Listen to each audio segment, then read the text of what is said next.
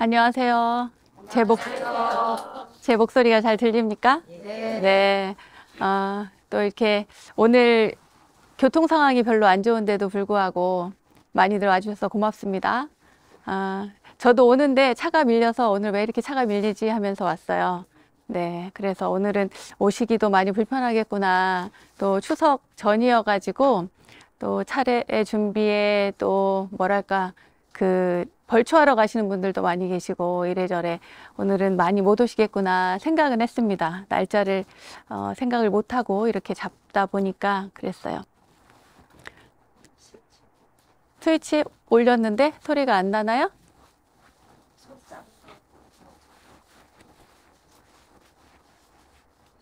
들려요? 여기 계신 분들은 어때요? 잘 들려요? 작아요? 소리가 작다는데? 사실 유튜브에서는 좀 흐름이거든요. 유튜브에서 크게 들리고. 기존으로 좀 활동 여기서 조금 작게 들릴 수가 있어요. 아, 그래요? 네.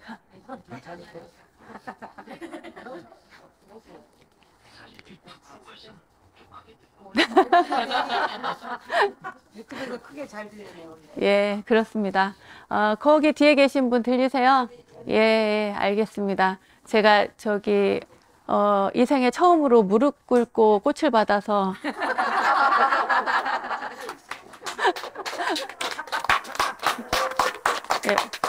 예, 아내에게 이렇게 무릎 꿇고 이렇게 꽃을 주시던 그게 습관이 많이 있으신가 봐요. 아무튼 받은 저는 굉장히 설렜습니다. 네, 고맙습니다. 예, 꽃을 주셔서 감사하고요. 오늘 또 이렇게 대전에 오게 돼서 또 여러분들 만나게 돼서 너무 반갑습니다. 오늘 준비한 주제는 반야심경의 지혜로 마음 쓰는 법이라고 하는 그런 주제를 가지고 이제 이야기를 하기로 했어요. 자연 스님과. 자연 스님이 되게 쉽게 준비하지 말고 그냥 스님 잘하는 반야심경 해 막 이렇게 얘기를 하셔가지고 예, 그래서 반야심경을 하긴 하되 기왕이면 조금 쉽게 풀어서 마음을 어떻게 쓸 것인가 이 문제에 대해서 이야기를 해볼까 합니다. 그러려면 우리가 반야심경에서 이야기하는 지혜가 무엇인지 그걸 알아야 되겠죠. 조금 전에 반야심경을 모두 다 함께 합송을 하셨는데 다 외우시나요? 반야심경? 아니요. 반야심경은 외우는 게 좋습니다. 예, 반야심경은 많은 그 가장 불교의 핵심적인 내용을 함축하고 있는 아주 짧은 경전이기도 하고요. 그리고 반야심경을 가지고 가피를 입으신 분들이 굉장히 많습니다. 심오한 뜻을 담고 있기 때문이기도 하고 그것이 가진 어떠한 힘도 있는가 봅니다. 그래서 반야심경을 널리 유포하게 한 분이 바로 현장삼장이시거든요. 현장 스님은 이제 그 서유기에 나오는 분이라고 생각하시면 돼요. 만화에도 많이 나오고 영화에도 나오고 하잖아요. 그 현장 삼장이 옛날에 그 인도로 구법 여행을 떠나실 때 인도에 가서 그 우리 경전들을 많이 가지고 오셨거든요. 그때 갈 때 가는 중에 중국 땅에서 공예사라고 하는 그 절이 있었어요. 익주에 있는 공예사라고 하는 절에 들렸는데 그 절에서 한 노스님을 만나게 돼요. 근데 그 노스님께서 이제 현장 스님이 먼 길을 가니까 여행을 가니까 가는 길에 오는 길에 굉장히 험하다. 그곳은 어느 정도로 험하냐면 사막을 건너야 되고 막 하니까요. 그 죽은 이의 뼈 말하자면 해골 바가지를 보고 이게 길이구나 하고 찾아가야 되는 그렇게 험한 길이었다는 거예요. 사막이라고 하는 건 바람 한번 불면 지형이 변하잖아요. 그런 것처럼 굉장히 험한 길인데 그 험한 길을 잘 건너서 다녀오려면 반야심경을 꼭 외워라. 그러면서 이 반야심경을 알려주셨다 그래요. 그런데 실제로 그분이 구법 여행 중에 어디를 가나 뭐 굉장히 힘든 일이 수많은 어려움들이 참 많았을 텐데 그때마다 반야심경을 외우면 꼭 도와주는 사람이 나타나거나 오아시스를 발견하거나 뭐 그런 일이 있었다는 거예요.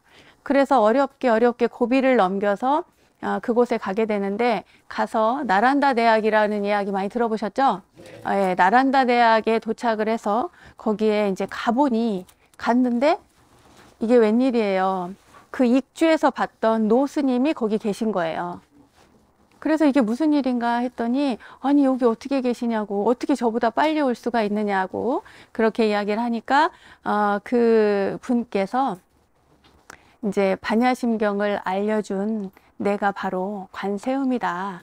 관자재보살이 깊은 반야바라밀다를 행할 때 이 관자재보살이 나오잖아요. 그 관자재보살님이 바로 관세음보살님이잖아요. 그러시면서 당신이 그 관세음보살이다, 관자재보살이다 하면서 싹 사라졌다는 거예요.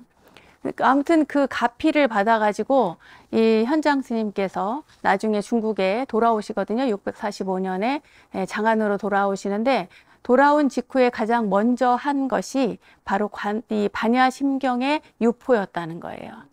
반야심경을 많은 사람들에게 알려줘야겠다. 이렇게 해서 반야심경이 알려지게 되는데 자, 오늘 뭐 이 모든 것을 다 자세히 하기는 어렵습니다만 아무튼 이제 그래도 대략을 한번 훑어볼게요. 맨 처음에 뭐죠? 제목이 뭡니까? 마하반야 바라밀다 심경, 그죠? 예. 반야 심경이라고 부르는 이 경전의 원래 제목은 반야 바라밀다 심경이에요. 그런데 뒤에 마하라고 하는 단어가 붙었어요. 경전에도 보면은 반야바라밀다 심경인데 뒤로 가면은 후대에는 마하반야바라밀다 심경이 마하가 붙었어요. 마하가 왜 붙었을까요? 예, 크다, 위대하다. 맞아요. 정확하게 알고 계시네요. 우리가 쉽게 이야기하자면 간디를 이야기할 때 마하트마 간디, 마하라는 단어가 붙잖아요. 위대한이라고 하는 의미를 가지고 있습니다. 아주 크고 위대한. 그 위대한 반야바라밀다 심경인데 위대한 마하, 그 다음에 뭐예요? 반야.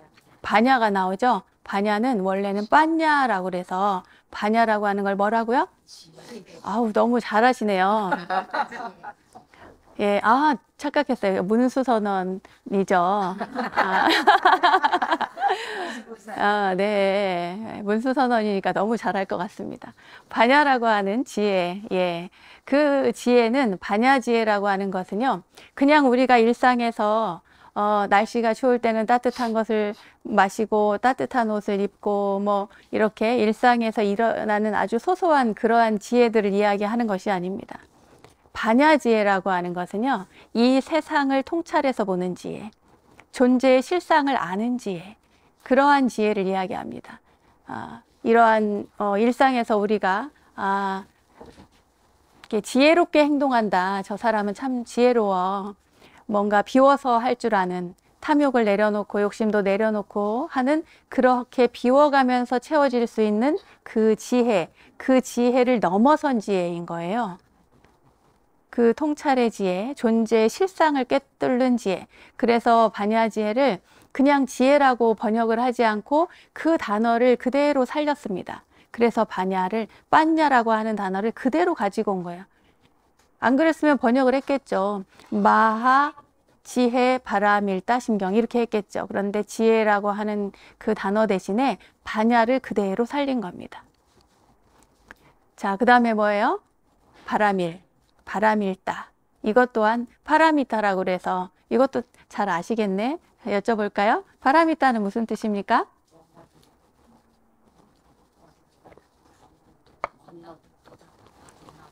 오, 네, 너무 잘 알고 계시네요. 건너다, 도달하다. 예. 피안의 언덕으로 건너가다 할 때 그 건너가다를 파라미타라고 합니다. 그 파라미타를 바라밀다라고 이야기를 해요. 자, 단어가 여러 개가 나왔죠. 마하도 나왔고, 반야도 나왔고, 바라밀다도 나왔고, 그 다음에 심경, 네, 마음심. 마음심, 이 심은, 말하자면, 핵심을 이야기할 때, 우리가 누군가에게 뭔가, 무언가를 전할 때, 이렇게 꽃을 저에게 주셨잖아요. 그 꽃을 주셨을 때, 보통 우리가 마음을 담아서 드립니다. 누군가에게 뭐를 갖다 줄 때도 마음을 담아서 드립니다. 이 말은 정성을 다함과 또 마음에 가장 진심을 담아서 또 이렇게 가장 핵심이 되는 그 골자를 담았다라고 해서 마음 심자를 쓴 거예요.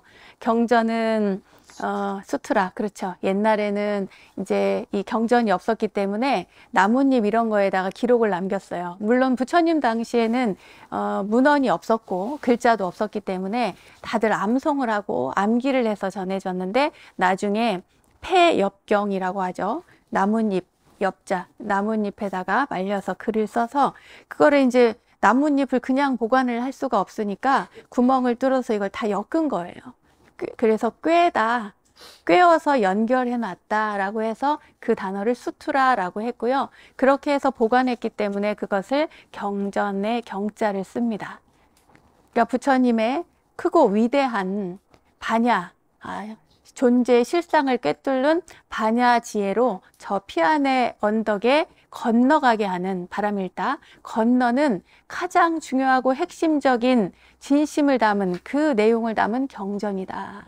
이것이 바로 마하반야 바람일다 심경인 거예요. 그러니까 우리가 금강경 독송할 때 금강경을 금강반야바라밀경여시야문 일시불제사 이렇게 하는데 제목부터 하지 않아요. 그죠? 보통은 그냥 여시야문 앞에 물론 이제 정구업진원부터 말하나 말하다까지 하고 또는 개경계부터 하고 그 다음에 뭐라고 해요? 여시야문 일시불 이렇게 한단 말이에요. 금강반야 바라밀경 여시야문 일시불 이렇게 잘 안 해요. 그냥 여시야문 일시불 이렇게 해가지고 그죠? 그런데 반야심경은 안 그래요. 반야심경은 반드시 목탁을 치면서 마하반야 바라밀다 심경하고 관자재보살이 이렇게 나간단 말이죠. 그죠? 그만큼 이 단어가 가지고 있는 의미도 굉장히 중요하다. 자, 반야지혜로 저 피안의 언덕으로 가는 그 핵심을 담은 경전인데 요거는 전체 내용이 260자, 네, 앞에 제목까지 합해서 270자가 돼요. 마하, 반야, 바라, 밀다, 심, 경 이렇게 까지 합해서 270자가 되는데 이 270자 중에서도 앞부분만 하면은 내용이 다 통달이 돼요. 그러면 반야지혜가 무엇인가? 저 피안의 언덕으로 건너가게 만드는 이 반야지혜가 무엇인가를 우리가 알면 그러면 이 내용은 끝난 거죠. 그죠? 그래서 자, 그럼 그 다음 줄에 가볼까요? 제일 먼저 뭐죠? 관자재보살이 깊은 반야바라밀다를 행할 때 여기까지 볼까요? 관자재보살이 깊은 반야바라밀다를 행할 때 관자재보살님은 누구라고 아까 그랬죠? 그래요. 현장 3장이 그 친견했던 그 노스님이 나란다 대학에서 봤다고 그랬잖아요. 그 나란다 대학에 갔을 때 노스님이 내가 바로 그 관세음 보살이다 이렇게 말씀을 하셨다고 했잖아요. 그 관세음 보살님이 바로 관자재 보살님이에요. 관자재 보살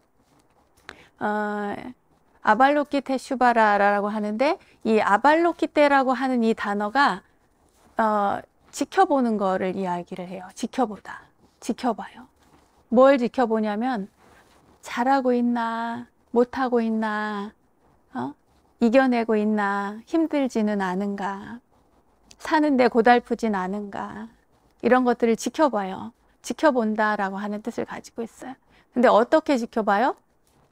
슈바라 자유자재로 지켜본다 이런 의미를 가지고 있어요. 그러니까 아발로키테 슈바라 이렇게 돼요. 아발로키테 슈바라 이렇게 되는 이 단어는 관자재 보살이 자유자재로 지켜보는데 어떻게 중생을 자비의 눈으로 자유자재로 지켜본다 이런 의미를 가지고 있어요. 제가 잘 쓰는 말에 어른들이 특히나 부모님이 아이를 지켜볼 때 아장아장 이렇게 걷는 아이 보면은 이제 처음에는 붙잡아 주면서도 나중에는 이렇게 손을 살짝 떼고 아장아장 이렇게 엄마한테 와봐 이렇게 하잖아요. 손을 떼고 그 아이가 넘어질 수도 있는데 붙잡아 주고 싶은 마음 간절하지만 그 손을 놓고 그 아이가 넘어지지 않기를 바라는 마음으로 이렇게 손을 내밀고 이리 오라고 이렇게 이리 와봐 하면 손을 내밀잖아요. 이렇게 지켜보는 그 마음이 저는 관세음 보살님의 마음이라고 생각을 해요. 중생을 그렇게 보는 거죠. 중생이 아슬아슬하잖아요. 우리가 살아가는 중생의 모습이 아슬아슬하고 어렵고 힘들고 괴롭고 살다 보면은 넘어질 때도 있고 좌절할 때도 있고 또 물론 좋아서 막 펄쩍펄쩍 뛸 때도 있죠. 이 많은 일들이 일어났을 때 그때도 관세음 보살님은 자유자재로 자비로운 마음으로 그 중생이 넘어질까, 그 중생이 혹은 무릎이라도 다칠까 이렇게 아기를 지켜보는 마음으로, 외아들을 지켜보는 마음으로 이렇게 손을 내밀고 자유자재로 지켜보신다. 그게 바로 관자재 보살님의 의미인 거죠. 우리는 이제 세상의 소리를 관한다 그래서 관세음, 세상 세자 소리음자 써서 세상의 소리를 관한다 이렇게 표현을 하는데, 관세음 보살님이 세상의 소리를 어떻게 관하냐. 보통 사람들은 생각할 때 세상의 소리를 듣는다라고 하는데 이 관자는 볼 관자거든요. 보는 거야. 보는 거. 우리가요 소리를 잘 듣다 보면은 그 소리를 본다 그래요. 그리고 아름다운 그림들이 여기 문수선언 안에 진짜 아름다운 그림들이 많이 걸려 있는데 이 그림들을 가만히 들여다보고 있으면 여러분이 금방 볼 때 육안으로는 보잖아요. 계속 들여다보고 자세히 들여다보고 있으면 이 그림을 듣는다 그래요. 그러니까 무엇을 듣냐면 그 그림을 그린 이의 마음을, 그때의 심경을 오래오래 자세히 들여다보면 들을 수가 있다 이거죠. 그림을 보고도 우리는 그림을 듣는다라고 할 수가 있고, 소리를 듣고도 우리는 소리를 본다라고 할 수 있는 거예요.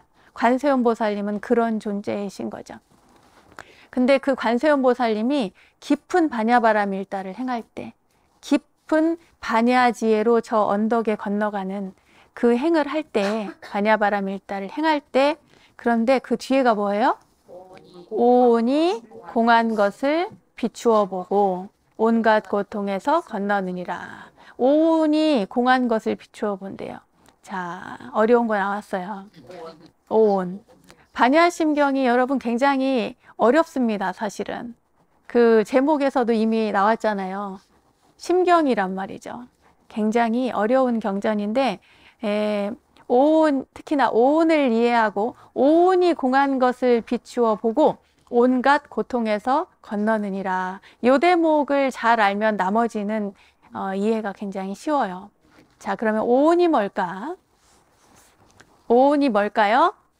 색수상행식. 네, 이거 뭐 시험 쳐도 다 맞겠다, 그죠?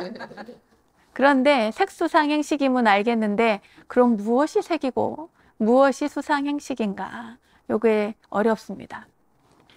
자, 오온이 색수상행식이라고 할 때 제일 쉽게 우리가 보통 나를 이루는, 그러니까 존재의 나를 이루는 요소를 5가지로 본 거예요. 근데 쉽게 말해서 만약에 각자 여러분 자신의 몸을 한번 봐봐요. 나라고 하는 존재를 한번 보면 우리는 육체와 정신으로 나눌 수가 있어요. 그죠? 몸과 마음으로 이루어졌다. 또는 몸과 정신으로 이루어졌다. 육체와 정신으로 이루어졌다. 어쨌건 간에 이렇게 분리를 할 수가 있습니다. 그런데 그때의 그 육체에 해당되는 부분이 바로 색이에요. 색. 육체에 해당되는 부분. 그러니까 이거는 불교 용어예요. 여러분들이 보통 이렇게 그림에 나오는 색깔, 이런 색깔을 이야기하는 것이 아니라 우리가 가지고 있는 형상을 가진 모든 것들, 형상이 있는 것들, 이런 것들 모두 포함해서 이 존재를 이루는, 생명이 있는 존재를 이루는 요소 가운데 육신에 해당되는 것을 색이라고 한다. 이렇게 이해하시면 되고, 마음, 그러니까 정신작용에 해당되는 것이 수상행식이에요. 수는 느낌, 받을 숫자를 쓰고 느낌이라고 이야기합니다. 느낌. 여기 좀 적어드릴까요? 적어드려요? 저기 펜 있어. 일어서도 됩니까? 네. 펜. 이거? 네. 쓰시면 됩니다.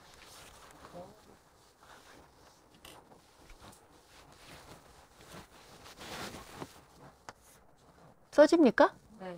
보여요? 나는 왜 안 보이지? 네.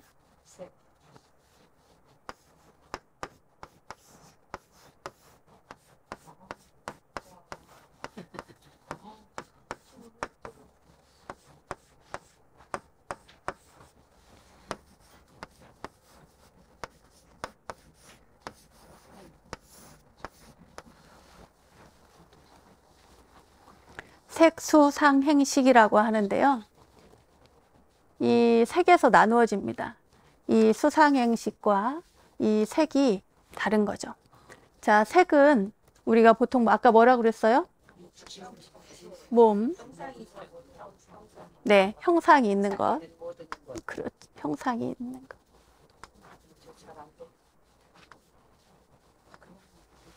네.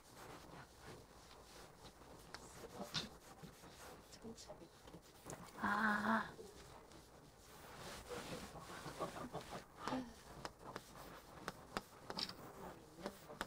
네.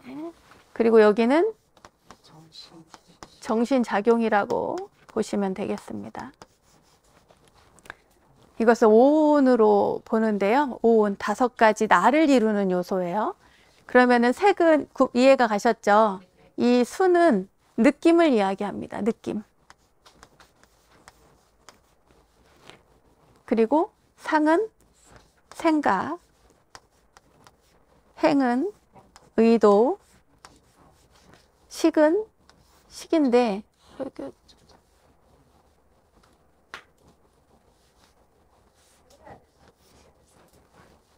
뭐라고요? 의도 밑에 이거는 마음작용이라고 보시면 좋겠어요. 네. 예. 자, 수는 느낌. 우리가 여러분들이 저를 봤을 때 느낌이 어떻습니까? 아름다. 목소리가 좋으세요. 감사합니다. 네.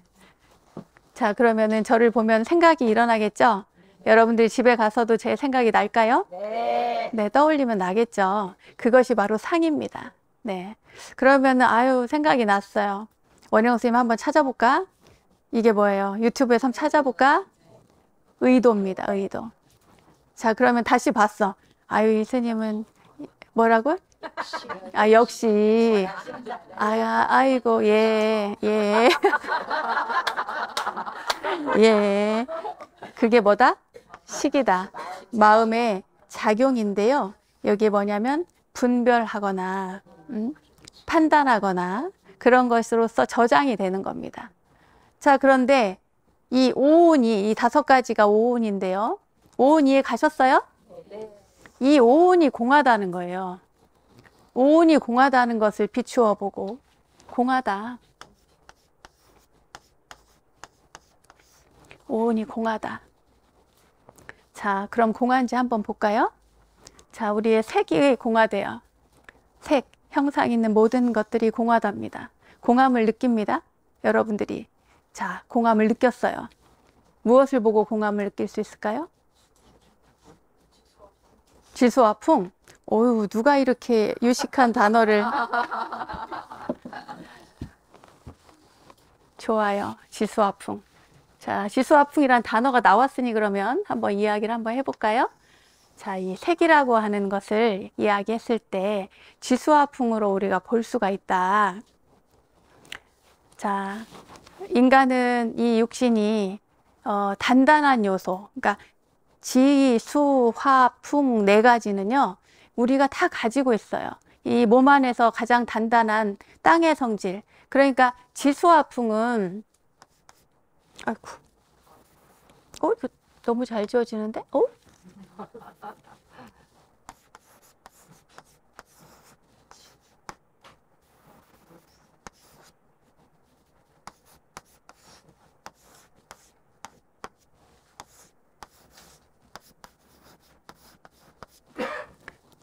이거는 땅지자인데 땅의 성질은 어떠해요? 단단함을 이야기합니다. 단단함. 그래서 이 육신 안에서, 그러니까 형상 있는 이 색 안에서 단단함을 찾아보려면 뭐가 있겠어요? 뼈가 있겠죠. 뼈가 단단하단 말이에요. 그리고 수는 피, 그죠? 네, 피. 화는 체온이겠죠. 그죠? 우리 몸에서 찾으면 풍은 뭘까요? 풍, 호흡일 수도 있죠. 네, 그래요. 그리고 움직임일 수도 있어요. 자, 그러면 이 지수화풍이 이 사람 몸에만 있느냐? 그렇지 않다 이거예요. 자, 여기 책상이 있어요. 이 책상이 뭐로 이루어졌을까요? 나무로 이루어졌죠. 또 나무는 어떠한 성질이에요? 단단한 성질이에요. 그러면은 이것을 조립할 때는 어떻게 했을까요? 이 나무를 조립하는 이 과정에는 물이 배합이 됩니다. 그리고 이 나무가 성장할 때 여기까지 오는 동안에도 물을 흡수하잖아요. 그죠? 그리고 또 건조를 시켜가지고 또 접착제를 붙여서 많은 것들이 물이라고 하는 것이 이 안에 들어간단 말이에요. 그죠? 화는 어때요? 태양의 빛을 받고 이 나무가 자라죠. 그리고 또 나중에는 이 수분을 말리면서 더운 열기로 얘를 건조시킨단 말이에요. 그러니까 불의 작용이 있어요, 없어요? 있어요. 그리고 건조시키기도 하고 이 나무를 땅에서 또 키우기도 하고 그리고 이 책상을 만드는 동안에 사람의 작용이 들어가요. 이것조차 이 활동까지 모두 포함해서 풍이라고 합니다. 그럼 이 나무 안에도 이 책상 안에도 그리고 이 컵 안에도 그죠? 이 컵 안에도 이 지수와 풍이 다 들어가 있는 거예요. 그런데 이것이 공하다는 거예요. 이 색이 지수와 풍으로 이루어진 이 색이 공하다. 이것을 만들 때 저라고 하는 존재가 여기까지 제가 지금 여기 서 있는 이 상태의 원형 스님을 만들기까지 제가 저 혼자 여기 왔느냐? 제가 혼자 여기 이렇게 있을까요? 그렇지 않다 이 말이죠. 가까운 예로는 저를 여기 대전의 문수선언에 저를 청해 주신 분이 있고 그리고 저는 올 때 기차를 타고 왔어요. 그리고 이 가사와 장삼은 누군가의 손에 의해서 만들어져서 제가 입고 왔고 오늘 점심은 다른 분이 공양을 대접해줘서 만들어주신 공양을 먹었고 그 공양물이 오기까지의 많은 음식이 완성되기까지 수많은 과정이 있었단 말이에요. 자, 그러면 나라고 하는 존재를 이 색으로 형상으로 본다면 이것이 과연 하나인가? 독립된 개체로 만들어졌는가를 생각해 보세요. 그럴 수 있을까요? 그럴 수 없어요. 그것을 우리는 뭐라고 하냐면 공이라고 표현을 합니다. 말하자면 연기의 법칙에 의해서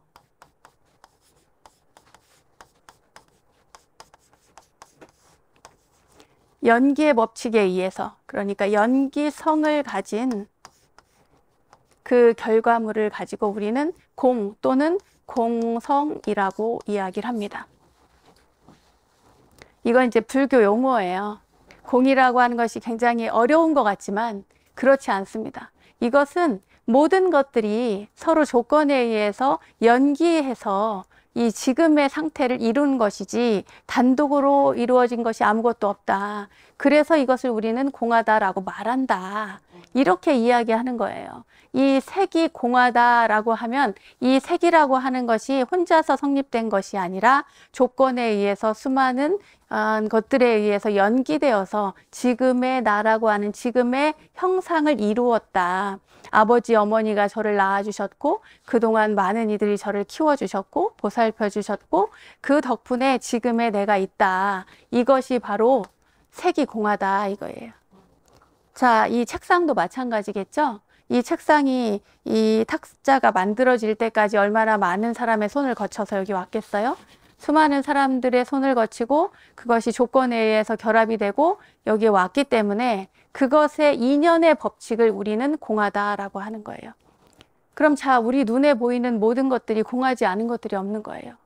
그렇죠? 형상으로 보이는 것들은 다 공해. 그리고 여기 색을 보면은 여기 눈에 보이는 모든 형상들이 다 공하다 이 말이에요. 자, 느낌 볼까요? 느낌도 어떻습니까? 느낌. 아까 저를 보고 뭐 아름답네, 뭐 이런저런 느낌, 첫인상들을 말씀을 하셨잖아요. 목소리가 좋으네, 어쩌고 저쩌고.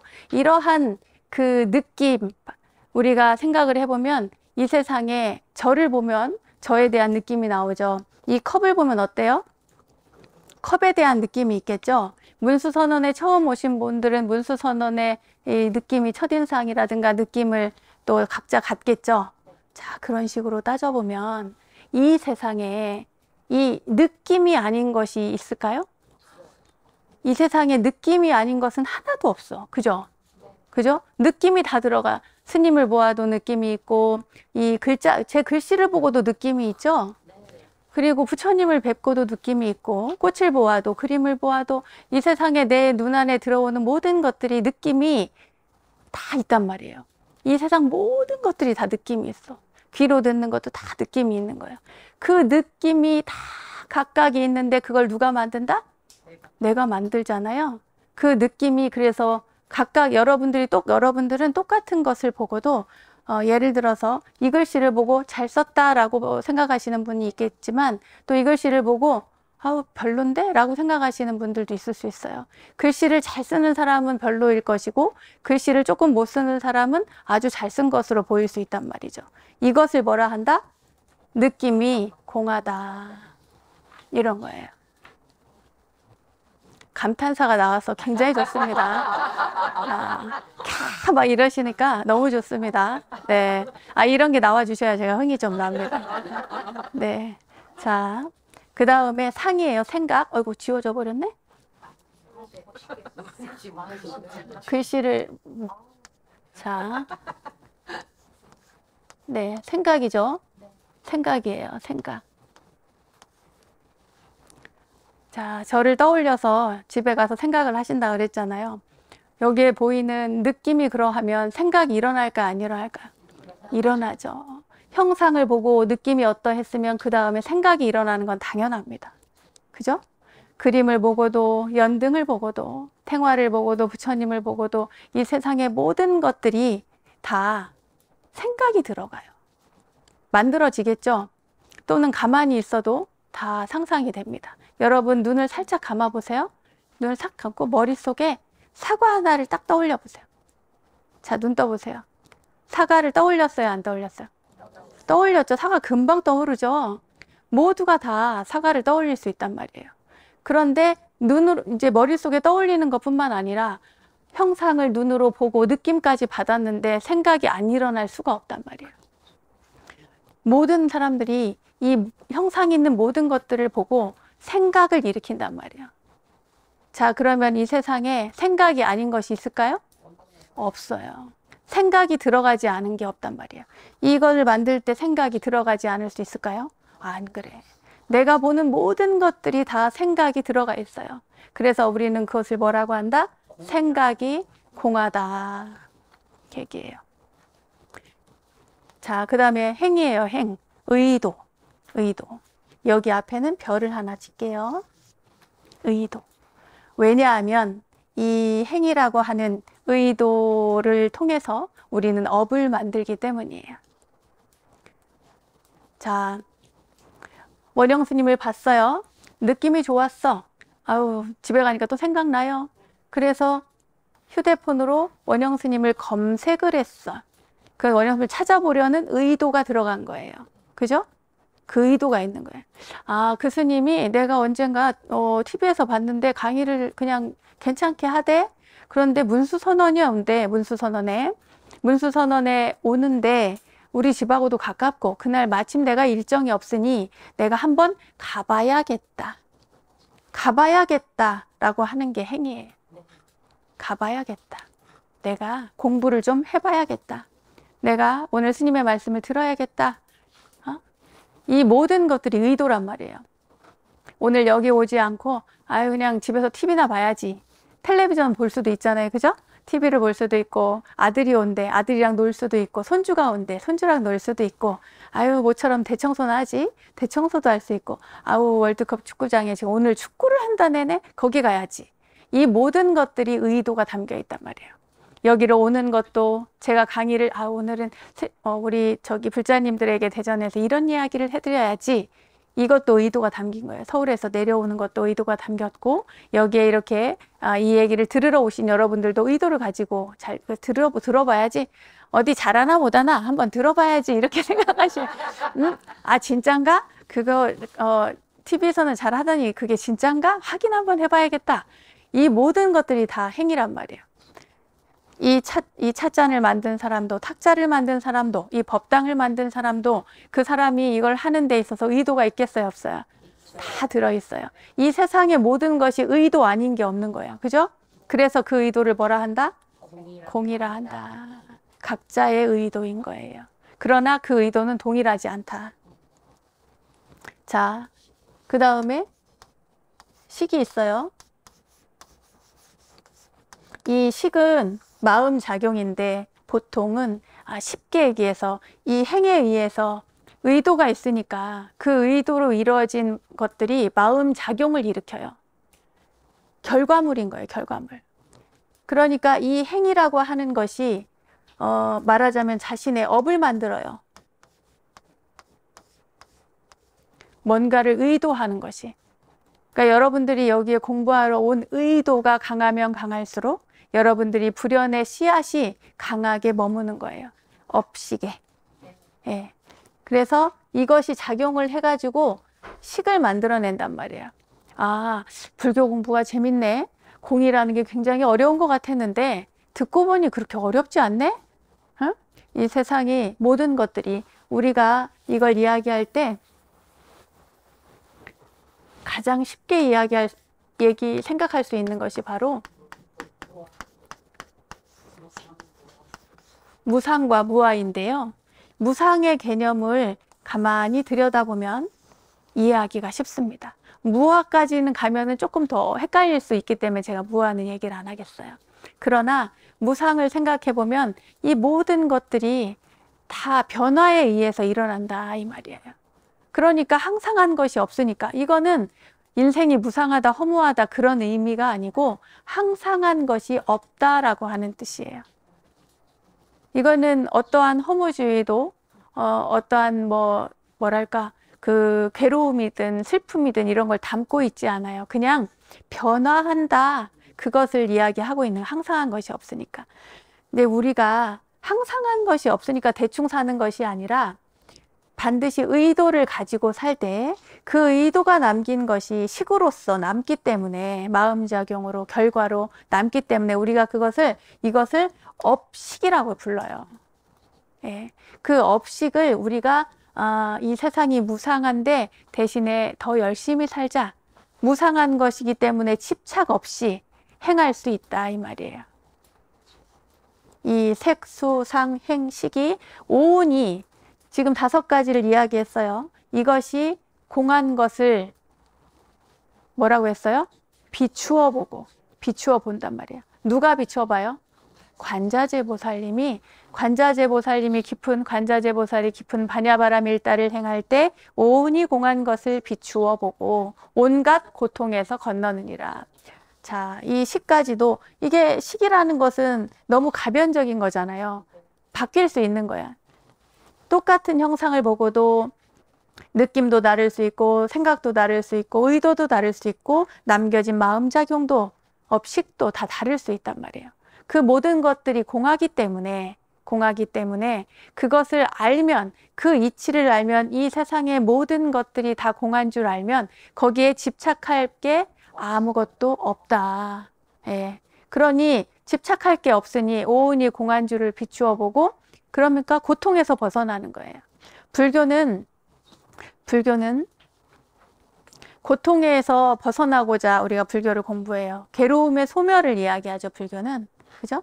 예. 그렇기 때문에 우리 오늘 한 구절 했는데 지금 시간이 잘 가죠. 네. 제가 아직 좀 있어요. 시간 좀 있는데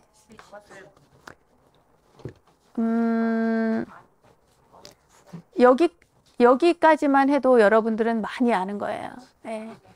반야심경의 핵심은 오온이 공한 것을 비추어 보고 온갖 고통에서 건너느니라. 이게 핵심이에요.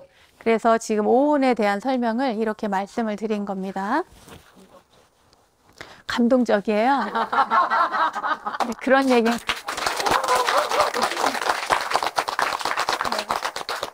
네, 그런 얘기는 크게 하셔도 됩니다. 네. 자, 그 다음에 뭡니까? 사리자여. 색이 공과 다르지 않고 공이 색과 다르지 않으면. 자, 이 얘기도 마찬가지로 설명은 사실 끝났어요. 이게 이제 오온이 공한 것에 대한 설명이거든요. 그런데 우리가 굉장히 어려워합니다. 색불이공, 공불이색, 색즉시공, 공즉시색, 수상행식, 역부여시. 그죠? 색이 공한 줄을 아는 것. 색이 공과 다르지 않다 그랬어요. 그죠? 색불이 공이에요. 색이 공과 다르지 않지. 형상이 있는 모든 것들이 제가 공한 것을 여러분 이치를 깨달았잖아요. 그러고 나서 보니까 아, 이 형상이 있는 것들은 다 공한 거예요. 공과 다르지 않아요. 이 의자를 만드는 것도 여러 가지 조합에 의해서 사람의 손이 갔고, 가죽에 이거 꼬매는 사람, 이 새를 이걸 부착하는 사람, 또 만드는 제조업자, 수많은 업체들의 결합에 의해서 이걸 만들고 유통을 시켜서 여기까지 왔어요. 자, 이것이 독자적으로 만들어졌을까요? 아니죠. 말하자면 그런 거예요. 이것이 만들어진 이 과정, 중간 과정의 원리를 우리는 공하다라고 얘기를 하는 거예요. 자, 그러면 이게 공과 다르지 않대. 우리의 몸이라든가 저 같은 경우도 제가 얘기했죠. 여러분 각자가 다 마찬가지예요. 각자가 내 형상, 나라고 하는 형상이, 나를 이루는 요소들이 아까 공한 것을 다 아셨죠? 비추어 보셨잖아요. 그러니 색이 공과 다르지 않고, 그러고 보니까 그러면 공을 어디서 찾을 수 있을까? 우리가 이게 색을 보고는, 이것을 보고는 아, 이것은 공해, 이것의 원리는 공한 이치다. 이거는 연기적인 요소에 의해서 결합된 것이기 때문에 이것을 공하다라고 말할 수 있다. 여기까지 이해가 가죠? 그런데 반대로 수준이 조금 높아진 거야.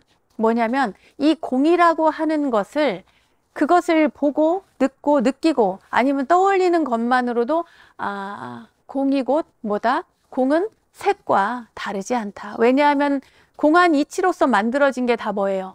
색이기 때문이지. 자, 색을 통해서 공을 봤어요. 그러면 공을 통해서 색을 유추해낼 수 있어야 된다 이 말이에요. 그죠? 이거는 조금 어려운, 조금 높은 단계예요. 색이 곧 공이요. 그 다음에 색이 곧 공이요. 공이 곧 색이다. 그렇게까지 됐어요. 그런데 거기서 끝나는 게 아니라 수상행식도 또한 그러하니라.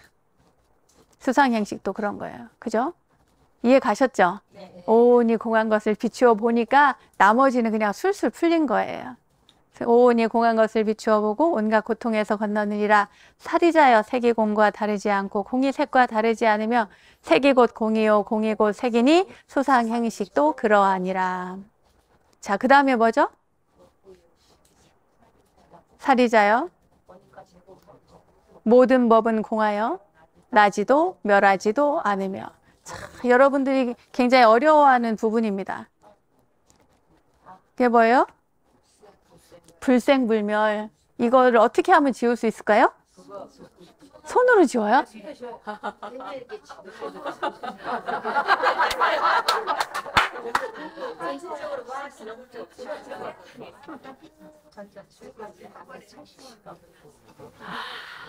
신기하다. 아, 신기하다. 오. 나 이거 너무 탐난다. 너무 탐나네요, 이거. 오, 비쌉니까, 이거? 엄청 좋다. 네. 아, 그래요. 그러게요. 자, 불생, 불멸이에요.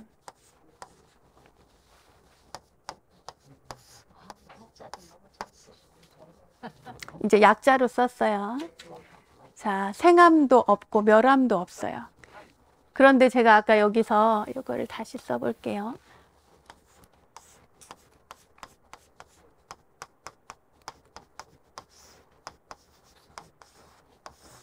자, 무상은 무상하기 때문에 이 세상의 모든 형상이 있는 것들, 느낌, 생각, 의도, 마음, 작용, 이 모든 것들이 다 뭐에다? 무상하다. 무아의 원리까지는 제가 오늘 안 나간다 그랬어요. 무상하다. 무상하니까 이것은 무슨 원리라고 그랬어요? 변화의 원리다. 변화. 그죠? 우리가 자, 변화의 원리를 따지다 보면은 예를 들어 비가 왔어요. 저 하늘에서 비가 왔어. 비가 막 내리고 있어요. 자, 그러면은 그 비를 비가 어디서 와요? 하늘에서 오죠. 그러면은 그 비를 하늘로 막 올라가 봤어. 그 하늘 위에 비가 있어요? 하늘엔 비가 없어요. 뭐가 있어요, 대신에? 구름이 있죠. 자, 그런데 비는 어디서 오지? 그죠? 비가 내렸어요. 자, 비를 가지고 오라고 해보면 여러분 비를 가지고 올 수 있어요? 못 갖고 와. 왜냐하면 내리고 있는 것이 바로 비이기 때문이에요. 비를 가지고 오면 그건 빗물이지 비가 아니에요. 내리고 있는 게 바로 비예요. 그죠? 그래서 이 비를 막 비가 있네. 그럼 비가 어디서 오지 하고 하늘나라에 가봤더니 하늘에는 비가 없어. 그리고 비가 내렸어요. 그죠? 그럼 땅에 떨어진 건 비예요, 아니에요? 아니야, 그거는. 그럼 빗물이지. 내리고 있는 것만 비어요. 단어가 그래요. 근데 그 물이 어디로 갔어요? 땅으로 스며어요. 그러면 걔가 나중에 어떻게 돼요?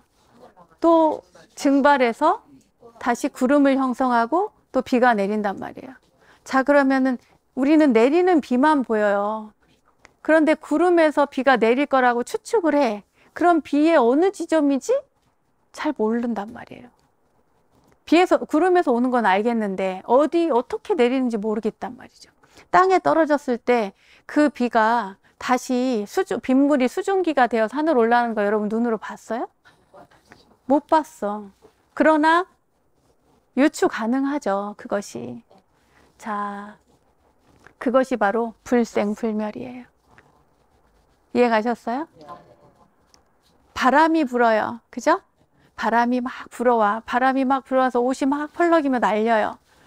에어컨 앞에 계신 분들, 선풍기 앞에 있으면 바람에 옷이 날리고 머리카락이 날리죠? 바람이 있단 말이에요. 자, 바람을 갖고 와봐요. 못 갖고 이렇게 자, 바람이 불어와요. 가을이니까 오늘 바람이 좋죠? 바람이 불어오는데 그 바람을 쫓아가 봐. 바람 어디서 불어요? 서쪽에서 불어요? 동쪽에서 불어요? 북쪽에서? 근데 바람이 있어요? 없어요? 있어요, 바람은. 그래서 바람을 찾으러 가봤어. 거기에 바람이 있어요? 없어요? 없어요. 그러나 바람은 있어요. 그러면 그 바람은 어떻게 해서 만들어질까요? 불생불멸이에요.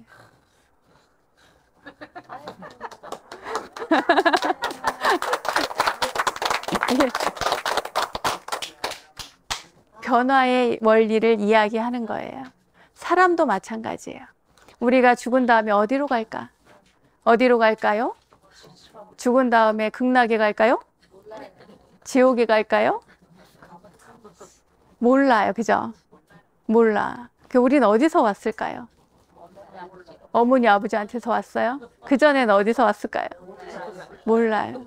정답은 몰라요. 정답은 몰라요. 예, 몰라. 그런데 우리라고 한 존재는 있어요. 뭐예요? 불생불멸이에요. 이 세상의 모든 것들이 다 그렇다는 거예요. 자, 그 다음에 뭐가 나와요?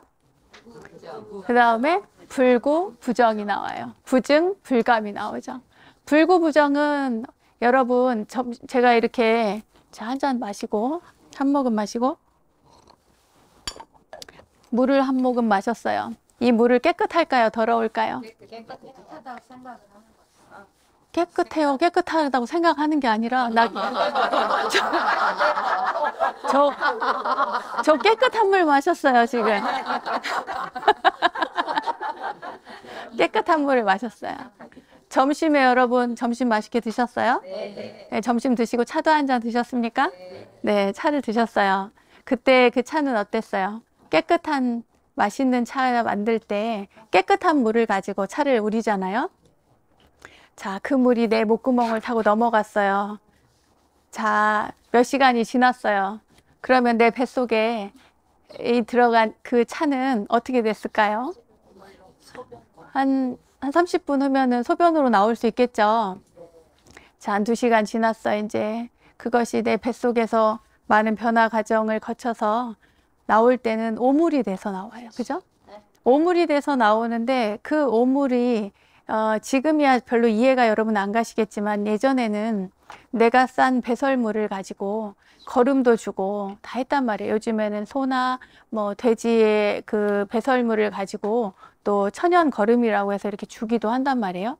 그러면 천연 거름이라고 이름은 좋게 지었지만 그 배설물은 더러운 것이잖아요. 우리가 분별할 때 더럽잖아요. 근데 그것을 줬을 때 거기에서 뭐가 예를 들어서 오이나 수박밭에 그걸 줬다, 거름을. 그러면은 거기에서 나중에 수박을 땄어. 그래가지고 그거를 갖고 와가지고 내가 먹게 됐어요. 맛있어요, 맛없어요? 너무 맛있죠. 자, 내가 마신 음식물이 돌고 돌아서 그 수박한테 영향을 주어서 내 앞에 맛있는 수박으로 왔어요. 그게 뭐예요? 불구부정이지. 더럽지도 않고 깨끗하지도 않다. 이 말이에요. 네. 이해가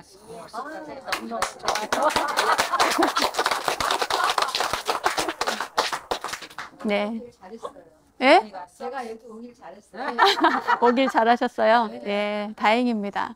그러면 한 개만 더 얘기하고 끝낼게요. 네. 예, 시간이 다 돼가니까 불구부정까지 했어요. 그 다음에 뭐가 있어요? 부증불감이에요. 그죠? 부증불감. 늘어나지도 않고 줄어들지도 않느니라. 예. 자, 여러분 문수선언이 작아요, 커요? 작아요. 네, 여러분들이 꽉 차 있으니까 작은 거예요. 네, 자, 여기 오신 분이 만약에 여기 앉은 사람이 한 10명도 안 된다. 이랬으면 이 문수선언의 법당이 작겠어요, 크겠어요? 그죠? 여러분들이 저기 어디 큰절에 가서, 큰절 법당에 가서 참배하고 나서 지금 오후에 여기 법문을 들으러 왔다. 이러면 이 법당이 작겠어요, 크겠어요? 작게 느껴지겠죠? 그런데 집에 나 혼자 살아서 원룸에 살아가지고 그 되게 좁은데 있다가 오늘 법문 듣는다고 여기로 왔어요. 이 법당도 일종의 원룸이잖아요.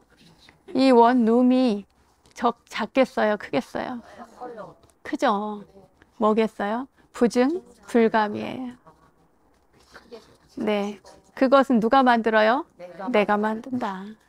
늘어나지도 않고 줄어들지도 않는 거예요. 이 법당은 그냥 이 정도의 사이즈였던 거예요. 이것을 크다고 할 수도 없고 이걸 작다고 할 수도 없다. 그것이 바로 부증불감에 대한 이해입니다. 네.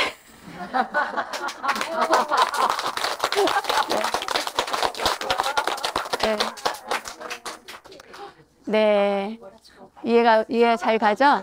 네. 반야심경이라고 하는 경전은 굉장히 심오한 경전인데 그렇다고 해서 막 도저히 못 알아듣는 어려운 경전은 아니고요. 여러분들이 반야심경을 이것을 독송을 할 때, 암송을 할 때, 오늘 들은 이야기를 오늘 제가 한 이야기가 전부예요. 이 뒤로 가면 물론 이제 낱낱이 설명이 또 있긴 하겠지만 기본적인 것은 이 틀을 벗어나지 않는다 이 말이에요. 공이라는 것, 온이 공한 그 이치를 여러분들이 알면 이 세상에 모든 이해 못할 일들이 없어요. 그리고 반야심경의 지혜로 제목이 뭐지 오늘? 반야심경의 지혜로 마음 쓰는 법이었어요. 자, 여러분 이렇게 불생불멸을 알았으니 이제 어떻게 살 것인가 한번 생각해 보십시오. 세상에 집착할 것도 없고 가만히 보면 크다 작다 분별할 것도 없어요. 더럽다 깨끗하다 말할 것도 없고, 그죠? 네. 이 모든 것이 다 이 반야심경 안에 다 들어있는 거예요. 이 반야심경의 지혜, 이 반야심경을 알고 난 다음에는 이 세상을 순리대로 살 수가 있는 거예요. 그렇구나. 불편함도 불편함이라고 할 수가 없어. 이건 상대적인 거예요. 예. 우리가 인도를 가거나 중국에 가거나 동남아시아에 가면은 불편할 수 있겠죠. 화장실이 불편하단 말이에요. 그런데 우리가 너무 깨끗한 데서 있다가 가서 그런 거예요. 예. 그거는 더럽네 깨끗하네 말할 것도 아니고 불편하다 아니다 말할 게 아니에요. 그냥 아 내가 좀 좋은 데서 살다 왔구나 이렇게 이해하시면 되는 거예요. 그거를 뭐라고 할 게 아니다. 예. 이 세상의 모든 일들은 다 순조롭게 순리대로 살 것이다. 그리고 집착할 것도 없고 모든 것은 변하는 것이기 때문에 이것이 시작이네 저것이 끝이네 이렇게 나눌 것도 없고 이 모든 것들은 우리가 살아가는 데 인생에 있어서 공한 이치를 우리가 알기 때문에 다 순리대로 살아가면 된다. 여러분들이 이제 명절 이제 얼마 안 남았죠. 예, 명절이 있어서 명절 때 되면은 일도 많고 힘들고 뭐 하실 텐데 그 힘들고 어렵고 하는 그것도 내가 힘들면 아, 내가 그동안 좀 너무 수월하게 살았네. 이렇게 생각할 수도 있고, 아이고, 내가 평소에 힘들었는데 거기 가서 또 이걸 또 하네. 이렇게 하지 마시고, 아, 이럴 때는 내가 며칠 좀 힘들고 내 가족이 편안하고 좋으면 참 좋겠다. 이렇게 마음을 돌릴 수 있어야 된다는 거예요. 왜냐하면 영원한 것은 없기 때문에 그 시간이 힘들어도 하루 이틀, 조금 더 힘들어도 3일, 4일, 그러면 다 지나가거든요. 예. 그래서 여러분들이 인생을 지혜롭게 반야심경의 지혜로 인생을 살면 순리대로 순조롭게 살 수 있다. 이 말씀을 드리고 저는 강의를 마치도록 하겠습니다.